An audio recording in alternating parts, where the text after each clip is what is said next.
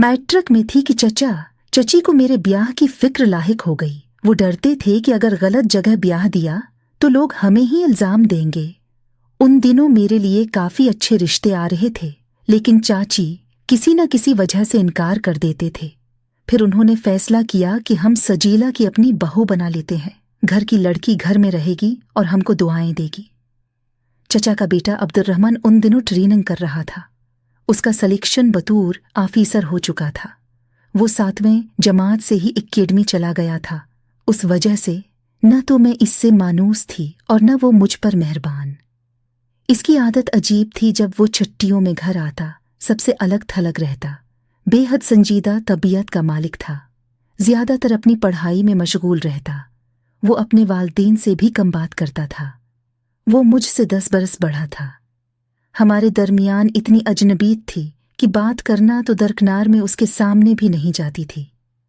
जब मैंने सुना कि मेरी शादी अब्दुर्रहमान से हो रही है तो बहुत घबराई। उसे भी वालिदैन का फैसला पसंद नहीं आया।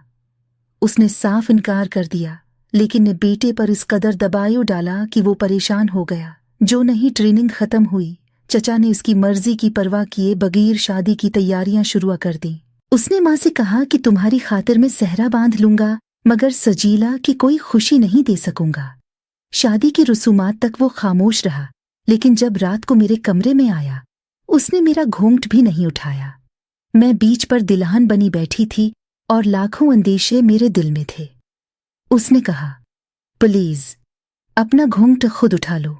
मैं अंतकलफात को पसंद नहीं करता। मैं साकिन बैठी थी, हिजाब माना था, मगर अब खिफ्त महसूस होने लगी। क्या मैं चलायूं?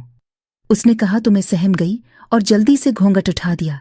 तभी वो सपाट लहजे में बोला, सीधे तरीके से दुपट्टा ओढ़ो और मेरी बात गौर से सुनो। जिंदगी मजाक नहीं है कि उसको दूसरों की खुशी के लिए बसर की जाए। मेरा दिल तुमको कबूल नहीं करता। ये बात मैंने उम्मी और अबू को समझाने की कोशिश की थी, मगर वो नहीं समझ सके। लीजा अब मैं हमेशा के लिए इस घर से जा रहा हूं। मैं सीज पर दुल्हन बनी बैठी रही और वो चला गया। गोया इसने अपने वालिदैन के किए की सजा मुझको दी।